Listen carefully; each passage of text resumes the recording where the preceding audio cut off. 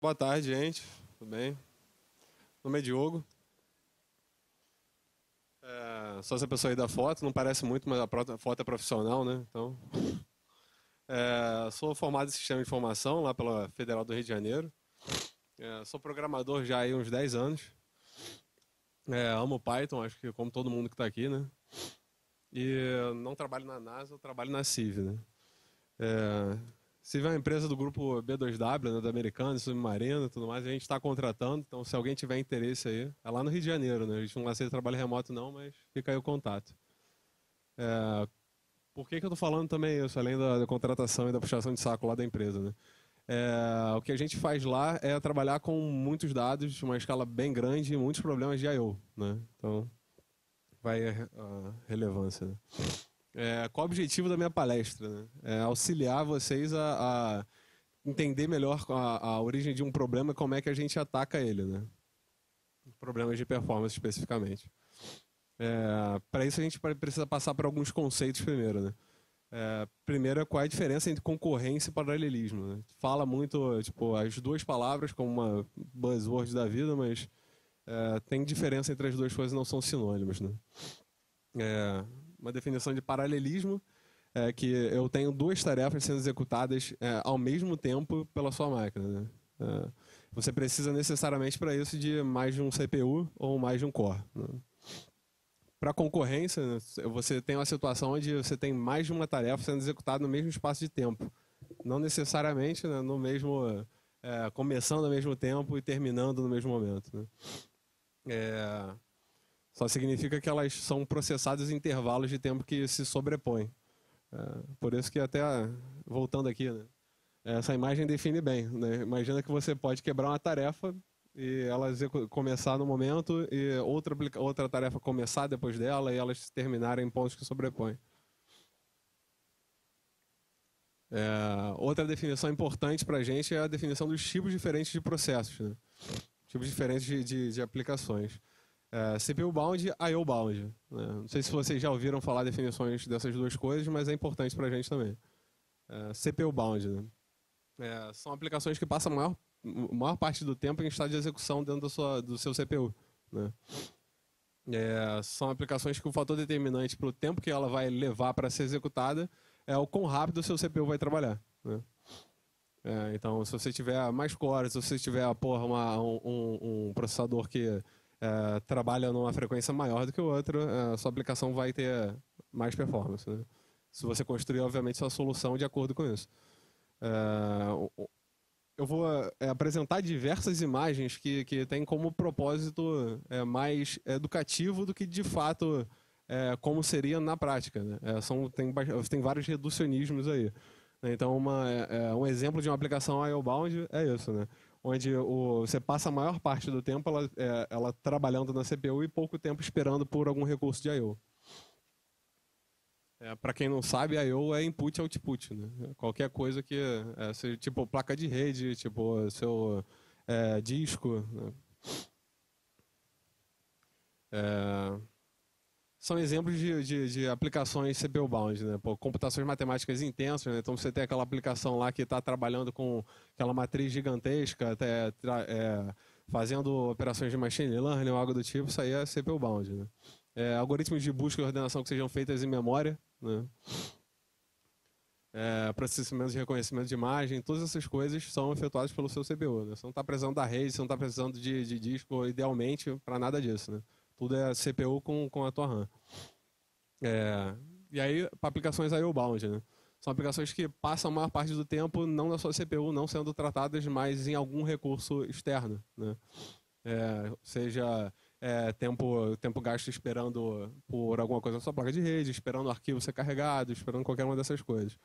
E o gráfico é basicamente isso, né? O CPU passa mais tempo ocioso e mais tempo nos recursos externos. São exemplos dessas coisas, né? Transferência de dados pela rede, né? Então, quando sempre você está baixando alguma coisa, você está fazendo upload de alguma coisa, copiar e mover um arquivo dentro do disco, né? Consultar um banco de dados que seja remoto, né? Remoto no sentido de pode ser na sua própria máquina, mas se você estiver trabalhando com comunicação via socket e não por uma comunicação ou direto acesso à RAM, você está tendo I/O. consultar uma API HTTP, que é um exemplo que a gente mais vai dar aqui. E aí vamos para um exemplo prático de um problema I/O, né? Digamos que a gente quer fazer uma requisição para uma página qualquer, né? Não importa o que ela vai te retornar, né? A gente quer fazer uma requisição HTTP. Com Python, usando o request, isso se resume a essas 3 linhas aí, né? Acho que todo mundo conhece, já fez alguma coisa com a requisição web, já fez essas 3 linhas, né? Por detrás disso, várias outras coisas estão acontecendo, né? Por exemplo, tá dando para me ouvir? Não? Sim? É meio merda. Então, sempre entre a linha 3 e a linha 4, você fez uma requisição, uma porrada de coisas está acontecendo dentro desse GET, né? Você fez requisições de sincronismo, você se comunicou com uma porrada de camada até que você tenha esse response na linha 4, né? Ele é bloqueante no sentido de que o seu programa não consegue executar nada entre a linha 3 e a linha 4, sendo especificamente isso. E o que a gente tem é basicamente isso. Você faz uma requisição HTTP, montar a requisição, fazer todas essas coisas é uma tarefa lá da sua aplicação em CPU. Ela envia essa requisição, o tempo que você passa ali, essa barrinha verde, vai ser gasto basicamente nessas coisas, né?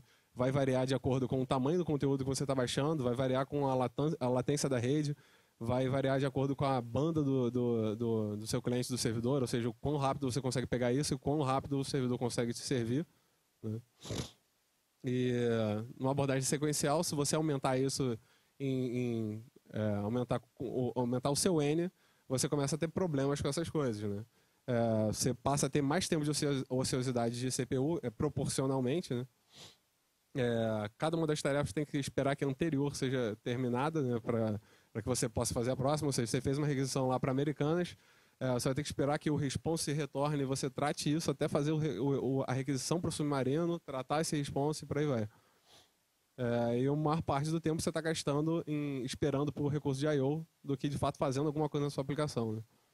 E aí o gráfico começa a ficar dessa forma, né? Você começa a ver de forma mais aparente que você está passando mais tempo esperando por recurso de I/O e mais tempo ocioso na sua aplicação. E aí como é que a gente pode começar a dividir e atacar esse problema? Uma forma que vocês poderiam pensar é talvez dividir em mais processos, né? Vamos colocar um processo para executar cada uma das requisições. E assim a gente consegue ter um paralelismo aí. Cada uma das coisas está sendo executada. A forma fácil de fazer isso com Python usando o módulo multiprocessing. Eu não vou entrar a fundo nisso, né, porque não é bem o tópico da coisa. Mas, basicamente, o que a gente faz é criar um pool de workers, né, para cada CPU. A gente está simulando aqui um ambiente onde a gente teria 4 CPUs e colocar cada um desses caras para fazer uma requisição, que é executar essa função getInPrint, né. O map vai fazer basicamente isso, aí ele te dá um chamável e um iterável e vai dividir aquele trabalho de acordo com os workers que você tiver. São 4, tem 4 núcleos, então basicamente cada um vai fazer uma coisa. Mas o que acontece? Cada uma dessas CPUs continua tendo a mesma característica daquela abordagem sequencial que a gente mostrou antes. O tempo de I/O gasto é distribuído entre eles, né? E esses tempos se sobrepõem. E a gente não tem compartilhamento de memória entre esses processos, né? Fica bem abstrato para a gente como funciona aqui no multiprocessing, porque Python tem essa tendência de facilitar muito a nossa vida, né? Isso é uma coisa boa. Mas é ruim talvez porque você não perceba o overhead que a criação desse tipo de coisa te dá, né? E o que a gente tem, né, quando você faz esse tipo de execução? A gente tem um gráfico que seria basicamente isso. Não é exatamente isso, porque isso, novamente, é um reducionismo do que de fato acontece, né? A gente tem cada uma das requisições sendo feitas em paralelo em cada um desses núcleos. O tempo de espera, a gente ainda está simulando um tempo de espera aqui igual para cada uma dessas coisas. E quando a gente termina, tem aquela etapa de fazer o join de todas essas responses e entregar o conteúdo, né? Beleza, com 4 requisições parece ok, ótimo, perfeito. A gente ainda pode ter uma abordagem que é utilizar múltiplas threads para resolver esse mesmo problema, né? Em Python, o que a gente muda do código é essa linha 3, muda o import, basicamente, para usar thread e não usar múltiplos processos. Não vou passar de novo pelo código, né, porque é a mesma coisa. Com threads a gente tem compartilhamento de memória, o contexto de hardware é o mesmo. Isso é bom e isso é ruim, né? A gente tem que se preocupar na sincronização do uso de recursos, né? Que é uma coisa ruim de threads e que está abstraído para a gente porque esse problema está bem reduzido no uso de um pool, novamente, onde você de fato não precisa, cada uma desses workers, dessas threads vão estar executando uma função separada e completamente sem compartilhamento de estado nenhum entre elas, né? E a gente tem um custo de manutenção e de criação das threads que é menor do que a de criação de um processo, mas ainda assim você tem um custo nisso. Threads em Python são POSIX threads reais, né? Então são threads do sistema operacional. O número de threads é limitado pelo sistema operacional também, porque está associado ao uso de recurso, né, da máquina para gerar esse contexto, o uso de stack alocado para isso, então memória é dependente disso também. E o quanto o processador precisa trabalhar para se alternar entre essas coisas. E com threads acontece basicamente isso aqui, né? Não é exatamente dessa forma, você não tem, a sua aplicação não tem o controle de fato de quando você vai trocar de contexto entre uma thread e outra. E em Python a gente ainda tem essa situação onde cada thread, por causa da lock, vai ser executada somente uma por vez, né? Então a gente tem lá o cara que inicia os workers, a partir do momento que um worker, uma thread fez uma requisição para um pedido de I/O, o sistema operacional agora pode efetuar o seu escalonamento, dar o controle para uma outra thread que esteja pedindo recurso, esteja pedindo tempo de CPU, né? A mesma coisa acontece com todas elas, até que todos os requests estejam prontos, todos os responses sejam tratados em tempos diferentes, e isso termine, né? E aí, beleza, a gente consegue ver que as coisas não funcionam de forma paralela aí, é uma forma mais concorrente, né? Opa, esse slide aqui voltou, deu merda aqui. E aí a gente começa a pensar, beleza, para 4 URLs esse problema parece ser ok até no sequencial, né? Se eu quiser fazer com thread, se eu quiser fazer com processo, não faz nem sentido para mim isso, né? Porque eu estou criando um overhead bem grande aí para fazer uma tarefa bem pequena. Mas se a gente tivesse 4.000 URLs, como é que funciona isso? Como é que a gente escala essa solução para isso? Só esperar um pouquinho.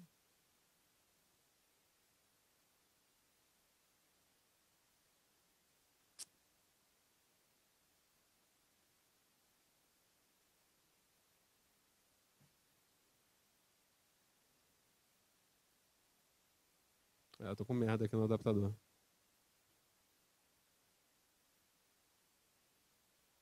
Voltou.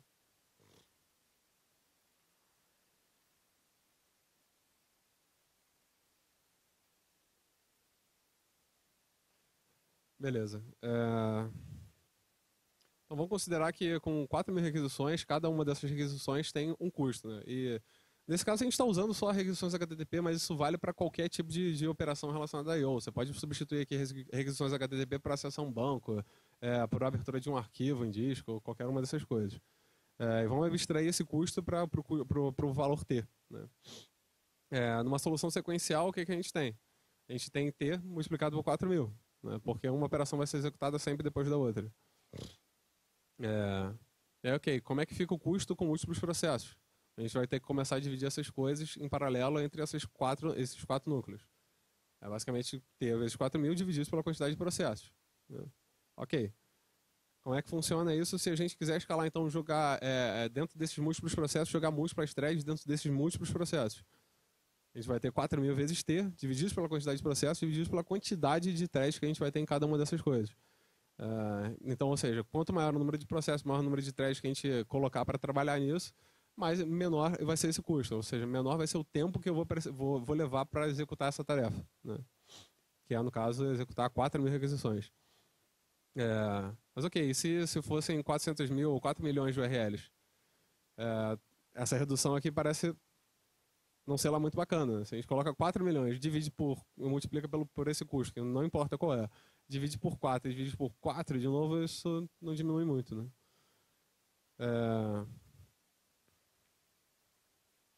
Então, a gente percebe que a gente consegue, nesse tipo de problema, aumentar muito facilmente o valor de N, né? que é a quantidade de tarefas que a gente quer executar, mas a gente não consegue escalar de forma linear a quantidade de processos de threads que a gente tem para lidar com o problema, né? Então, o benefício de multiprocessos de múltiplas threads também não cresce de forma linear, porque tipo, um processo sendo executado por cada um dos núcleos. Se você cresce a quantidade de processos além da quantidade de núcleos que você tem, o teu ganho não vai ser o mesmo do que com a mesma quantidade de núcleos para processo. Então, não dá para escalar dessa forma. É importante ver que tipo, tem alguma coisa errada na forma como você está lidando com o problema se o teu CPU está ficando ocioso na maior parte do tempo. Porque, basicamente, quando você coloca alguma aplicação em produção, o que você está pagando lá para essa aplicação é CPU e RAM, né? Então, se você não está utilizando isso direito, você está gastando dinheiro à toa. E aí a gente vai para a Sync I/O, né? O que é a Synchronous I/O, né? É uma forma de se escalar problemas I/O-bound, né, de forma concorrente em uma única thread. Ou seja, uma aplicação com a Sync I/O vai rodar dentro de um processo e dentro de uma thread só. Não tem problema de concorrência. Ela começou em 2012, né, introduzida lá na época era o chamado Tulip, né? Sync I/O está na Standard Library e está disponível a partir da versão 3.4 do Python, né? Tem uma sintaxe mais agradável a partir da 3.5, que criaram alguns statements novos, né? A gente vai ver aqui para frente. E mais definição que a gente precisa, né? O que é basicamente o que é uma corotina. A gente precisa entender esse conceito para entender como é que uma aplicação em Sync I/O funciona e como é que resolve melhor aquele problema do que com múltiplos processos e múltiplas threads, né? Corotinas são basicamente funções que podem ser interrompidas e retomadas em qualquer momento, né? Em algum momento onde você, programador, defina isso, né? Defina esse comportamento. É um conjunto de subrotinas e instruções que permitem pontos de entrada e suspensão, né? Ou seja, você pode trocar de contexto entre essas coisas sempre que você precisa de algum recurso de I/O.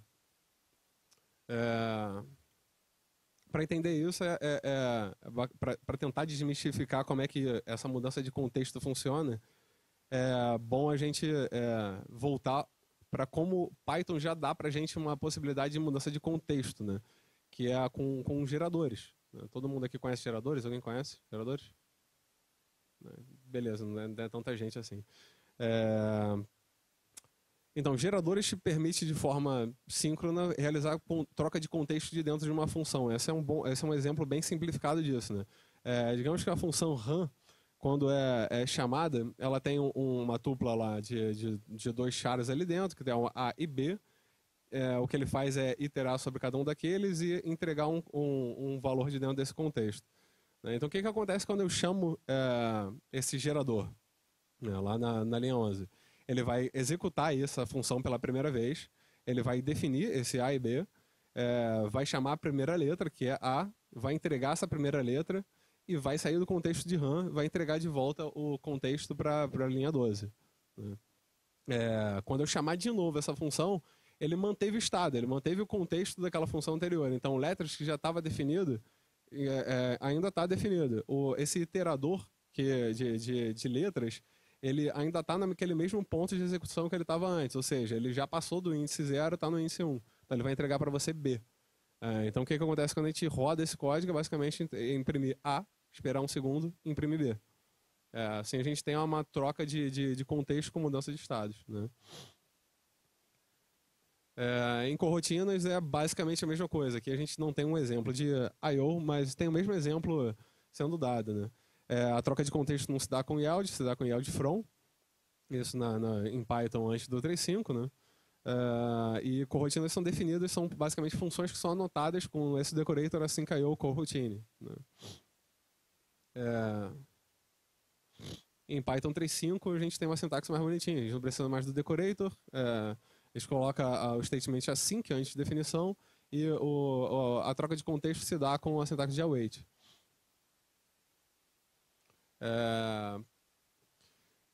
Corotinas são funções que são executadas dentro de um loop de eventos, né? Então isso é uma coisa importante de se saber. O que é um loop de eventos? É uma coisa responsável, é uma abstração responsável por manter o agendamento de corotinas, controlar todos esses pontos de suspensão e retomada de controle, lidar com chamadas de sistema operacional, né? Transmitir abstrações de transporte e protocolo para você.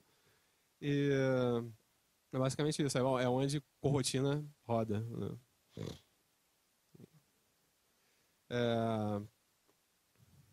Ok, a gente tem um exemplo aqui de como criar um loop de eventos em Python, né? Na linha 13, a gente pede um novo loop de eventos, importando a biblioteca Sync.io, manda uma corotina a ser executada até que ela termine, né, que é um método de loop. Ele vai chamar a corotina print soma, que por sua vez chama também a outra corotina, que é a soma, espera que ela retorne o contexto para ela, e aí sim imprime esses dois valores, né? Depois disso o loop fecha e o programa acaba, e é isso. Até aí é só um exemplo didático também, a gente não está fazendo nada, né? Não tem I/O nenhum, né? Como é que a gente faz aquele exemplo que a gente estava dando antes de uma requisição HTTP? Com o equivalente ao request get, a gente usar o I/O HTTP, que é o módulo para se lidar com o protocolo HTTP com a Sync.io. A gente pega uma sessão, a client session lá é responsável por, aqui na linha 6, ela é responsável por manter um pool de conexões aos servidores que você fizer a requisição. Todas essas coisas são abstrações, né? E você faz um get, que é semelhante ao request.get, e pega essa response. Uma das coisas que é interessante de ver de diferença aqui você tem o gerenciador de contexto assíncrono também. Quem conhece with em Python é basicamente você tem uma classe que você implementa os magic methods lá, a enter e a exit, né? O enter e o exit. Em gerenciadores de contextos assíncronos é o a enter e o a exit, nada além disso também. E o que ele dá de diferença aqui pra gente? Entre a linha 7 e a linha 8, a gente fez um request para essa página, mas se você pegar o protocolo HTTP, o que ele faz? Ele te responde primeiro com a cabeça do response, que vai ter lá o status, o content length, todas essas coisas. O corpo, de fato, ainda não chegou na sua aplicação, por isso você ainda tem outra possibilidade de ter um ponto de parada ali, né? Nesse response, na linha 8, você tem o status code, você tem todo o cabeçalho, mas você ainda não tem o corpo. Se você quiser esperar por esse corpo, você pode usar o await response text. Faz a mesma coisa que a gente está fazendo lá. Como é uma corotina, tem que rodar dentro do loop de eventos. A gente tem que pegar esse loop de eventos e colocar essa corotina para ser executada. Na linha 10 e 11 é isso. Ok, agora como é que a gente faria se a gente fosse aumentar isso, né? Para uma requisição não faz sentido nenhum você usar a Sync.io, não faz sentido nenhum você querer usar thread, nem múltiplos processos para isso, né? É só completamente didático. Para 4 requisições HTTP, a gente está quebrando aqui a função, e a única coisa relevante da gente colocar aqui é o seguinte: na linha 19, a gente está criando, na linha 18 e 19, a gente cria um gerador de corotinas que vão nos entregar caras que vão se resolver em requisições essas páginas e os prints nos responsos. Como a gente não quer fazer vou pegar um for em cima das URLs e esperar para cada uma delas. O que você acabaria fazendo era implementar a mesma coisa de forma sequencial, porque você ia ter que esperar por uma até que a outra corotina pudesse pegar o controle. A forma de você jogar várias corotinas no loop de eventos e esperar por todas elas serem concluídas de forma concorrente é usando o gather, né? Na linha 19 a gente faz isso. E o que o gather retorna para a gente é basicamente uma lista com os resultados. Com esse parâmetro return exception, ele não deixaria nenhuma exceção explodir, ele retorna a exceção no caso de algum problema. E é isso. E o que a gente tem de comportamento é uma coisa parecida com isso, né? Onde cada uma das requisições, beleza, eu iniciei uma requisição nesse primeiro bloco, no T0. Quando ele pedir por um recurso de I/O, beleza, essa corotina pode sair dali, dar o espaço para outra que vai começar uma requisição. Quando ele termina de montar a sua requisição, ela pode dar espaço para outra e assim sucessivamente, até que todas tenham que lidar com o response. Então, isso tudo funciona dentro de um processo e dentro de uma thread. Isso significa o que a gente pode fazer com isso com 400 mil URLs. Bem mais fácil de se escalar, porque você não tem que lidar com problemas do tipo, como é que eu faço para ter, por exemplo, 4.000 processadores? Não dá. Você não tem como fazer isso com com dinheiro da sua empresa. É, beleza. Basicamente, a Async.io escala melhor para esse tipo de problema. Como é que está o ecossistema de Async.io hoje em dia? Tem 2 links aqui que eu deixei que são bem úteis para isso. Volta. Vou tentar mostrar o que a gente tem com isso. A IOLibs é um repositório lá no GitHub, onde você vai ter módulos para lidar com N outras coisas. Aqui a gente viu para lidar com HTTP, né, que a gente tem o requests, aqui tem o IOHTTP, para lidar com outras coisas, tipo Postgres, Redis e N outras coisas, a gente consegue tudo encontrar aqui, são as que são mais recomendadas para isso. Esse outro repositório a gente também consegue ver todas essas coisas. E vocês não estão vendo nada, que bom. Vocês estavam vendo a palestra, pelo menos até agora? Estavam, né? Essa parte é importante. Beleza, deixa eu voltar para cá.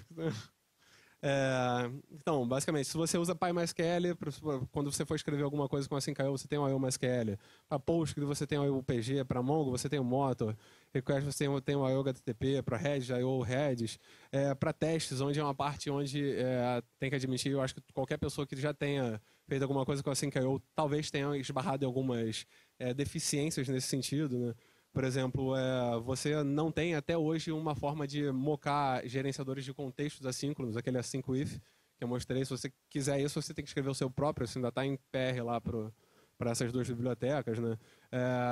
Assim como a gente tem os gerenciadores de contexto assíncrono, a gente tem o gerador assíncrono. Então, assim como você tem list comprehensions, você pode ter uma list comprehension assíncrona. Isso também não está coberto na sintaxe de mock ainda do async test ou do PyTest Async.io. Isso é um problema, né, para quem escreve esse tipo de coisa e quer ter qualidade.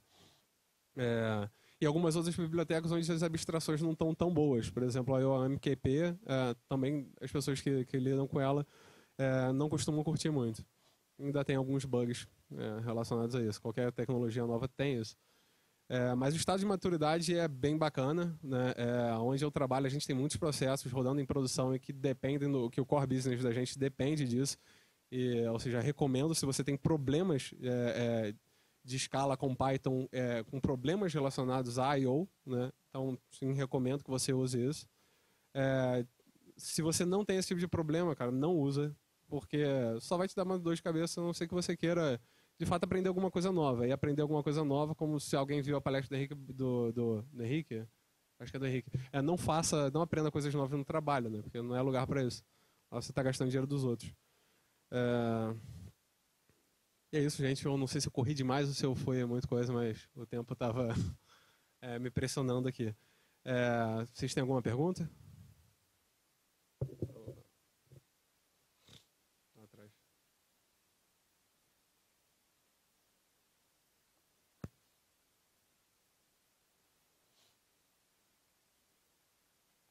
Alô?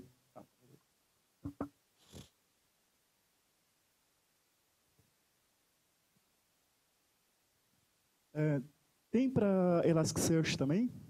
Também tem. Ah, legal. Tu também encontra isso lá que eu não consegui mostrar aqui, né, lá no IOLibs, né? Você tem uma lista, não que lá estejam todos os repositórios de bibliotecas relacionadas a construções de aplicações com Async.io, mas todas as maduras estão lá, né, basicamente. Oi? De Elastic também tá. Se eu fosse começar uma aplicação nova assíncrona, usar Twister ou Async.io, qual a grande diferença? Usar Twisted ou Async.io? Então, coisas que eu não citei aqui, né? Async.io não é a única forma de se escrever aplicação concorrente usando o loop de eventos em Python, né? Tem o Twisted, tem o Gevent, tem o Tornado, tem várias outras, né? A única vantagem que eu vejo em usar Async.io e não todas essas é porque isso está na Standard Library agora. Então, essa é basicamente a comunidade dizendo, cara, essa é a forma de se escrever aplicação concorrente com Python, né? E sintaticamente você é mais agradável do que usar uma porrada de decorator, uma porrada de coisa. Boa tarde. Como é que você faria para unificar os seus responses dentro do seu contexto ali, na hora que você estava fazendo aquele loop e tudo mais? Porque geralmente esses exemplos você vê sempre com print. Você nunca vê isso jogando para uma variável. Ou fazendo algo mais complexo do que o print? Aí? Tá, o unificar é o mais fácil de todos aqui nesse caso. Na linha 19 desse exemplo aqui, o Gather te dá basicamente isso. Você joga N corrotinas aqui dentro, um interável de corrotinas, e o que ele vai fazer é joga essa porra dentro do loop de eventos, executa essas paradas da forma que a política do loop tiver configurada para isso, né? Por default você não mexe nessas coisas, e depois ele vai te retornar. Ele te retorna um iterável, que aqui eu não estou pegando esse retorno. Mas ele tem um retorno que é um iterável com os responsos, basicamente. Na linha 19 você tem o retorno dos iteráveis dessa corrotina getInPrint, que no caso não está retornando nada, é só um print. Né? Mas se eu colocasse return await response test, eu ia ter isso. Aqui nesse caso eu só pegaria uma lista de nones. Né? Mais alguém? Oi. Aí lá atrás. Ah, tá. Olá. Olá. Eu queria saber a sua experiência e como foi para usar a Async.io para MySQL. Tipo, em que caso você usava? Porque Tá. para pensar Então, se dá para usar tudo ou não, como é que tem que ser isso? Dá, e assim, apesar do estado de maturidade dessas bibliotecas, inclusive a do IO MySQL, que é para você usar para isso, eu já tenho aplicação em produção também usando o IO MySQL. Uma das coisas que eles pecam ainda, com qualquer projeto ainda que não está com uma maturidade muito grande, é em documentação. Então a documentação não é muito extensa, mas é o suficiente para você escrever a aplicação, só que você acaba caindo em determinadas pegadinhas. Tipo, uma delas que eu caí e já te aviso de cara, é que quando você pega um cursor, você pega uma nova conexão, não necessariamente ele está renovando o pool por detrás. Então tu pode acabar pegando algum cursor que esteja com o estado anterior do que você de fato estava esperando. Né? Obrigada. E isso não está na documentação, pois é. Mas daí é algum caminho. Mas assim, são maduros suficientes para você rodar a aplicação, ter performance ok e rodar tudo sem bug, basicamente. Né?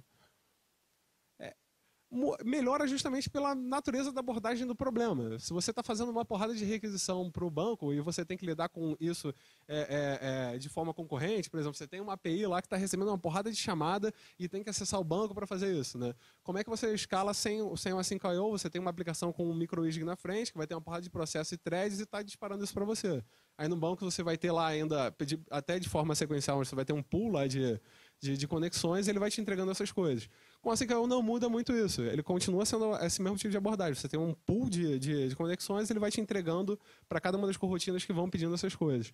Como ele faz isso de forma mais eficiente do que escalar essas coisas com processos de threads, você vê o ganho de performance. Você não está fazendo uma coisa sequencial. E sem muito custo de programador. Você não precisa pensar muito para fazer uma coisa performática. Diogo, parabéns. Excelente a tua palestra. Inclusive, me deu umas ideias melhores de como apresentar certos conteúdos aí. Faz a propaganda, até que eu esqueci de falar. É isso, então, é justamente por isso que eu peguei o microfone, desculpa aí. É que eu queria fazer propaganda mesmo, porque aquele evento que vai ter na TW, a gente mudou de segunda para terça, para não competir com o evento Conexão Anitas das mulheres, que a gente quer ter mulheres na nossa oficina também.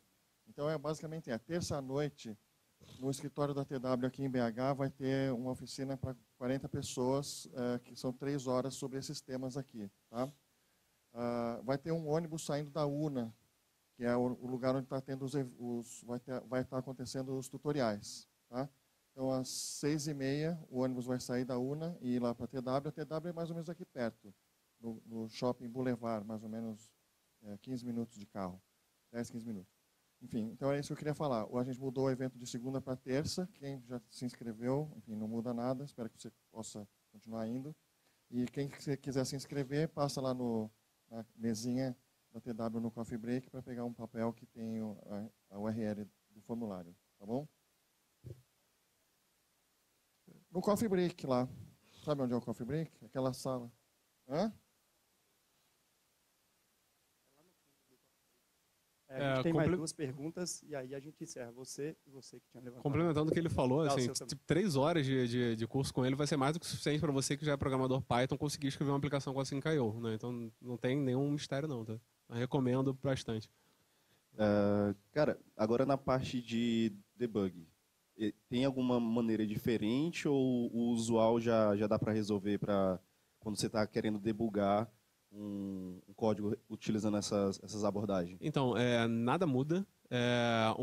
Uma coisa que eu esqueci de colocar na minha palestra, mas também é super relevante, o cara que deu uma palestra aqui ontem do Facebook, quando ele falou sobre a Sync.io, ele citou isso também como uma vantagem, né? Se você já escreveu uma aplicação multithread, você sabe qual é o problema de debugar também, né? Você para uma thread e não necessariamente separou as outras, né? Obviamente que o debugger te dá esse tipo de feature também, bloqueia isso aqui em todas as threads e tudo mais, mas com Python você não tem com a Sync.io você não tem esse problema. Ou seja, se você colocou um breakpoint lá na sua corotina, quando ele parou ali, ele de fato parou tudo, né? Ele parou o teu loop de eventos a forma de debugar aquilo não tem mistério, né? Você tem algumas outras... uma das pegadinhas que você pode cair com a Sync.io, né, no começo, quando você está trabalhando com corotinas e tudo mais no geral, é você basicamente jogar fazer alguma chamada, alguma corotina, não esperar isso, né? O próprio loop de eventos já é configurado, já tem um log, uma verbosidade bacana para ir te falando esse tipo de coisa. Sabe? Cara, você está aqui o seu erro de programação. Sabe? Você não tem muita dificuldade para isso, não. Mas tem algumas outras configurações que você faz, vale a pena ler a documentação da Sync.io com relação a isso, porque dá para você ativar maior verbosidade para debug e é muito útil quando você está começando. Eu gostaria de saber como é tratada exceções são tratadas e se existe uma maneira de, por exemplo, você tratar uma exceção numa como é que chama, não sei. Uma corotina. Tipo, você faz duas formas, tipo, se uma quebrar, você tratar essa exceção e não matar as outras. Se existe uma maneira de você, dentro de um event loop desse, você encontrou uma exceção, você matar o event loop inteiro. Se tem como fazer então, isso. por default, o que acontece é isso. Se uma corotina estoura uma exceção e ela não é tratada, vai estourando, o loop de eventos para também e estoura da aplicação. Assim como qualquer programa Python. Exceção não tratada para a aplicação e sai com status diferente de 0. Né? Uma forma de você tratar esse tipo de coisa, por exemplo, aqui nesse slide ainda está útil para isso. Né? Na linha 19 é isso. Você tem esse parâmetro Return Exceptions, que é basicamente, tipo, você joga uma parte de corotina. Eu sei que essas corotinas aqui eu não tenho um tratamento de exceção, tá? Então, se alguma delas pode estourar uma exceção, mas eu não quero que isso estoure para o loop de eventos. Eu quero só que você retorne essa exceção. Então, o Return Exceptions é para isso. Se você está trabalhando individualmente, você está esperando por algum, só tem a wait e uma corotina. Essa corotina pode estourar uma exceção também. É a mesma coisa que tratar uma exceção em Python. Você circunda aquilo de um try except e acabou. Né? Não tem mistério. Né? A gente não tem mais tempo, então vamos agradecer o Diogo aí. Obrigado.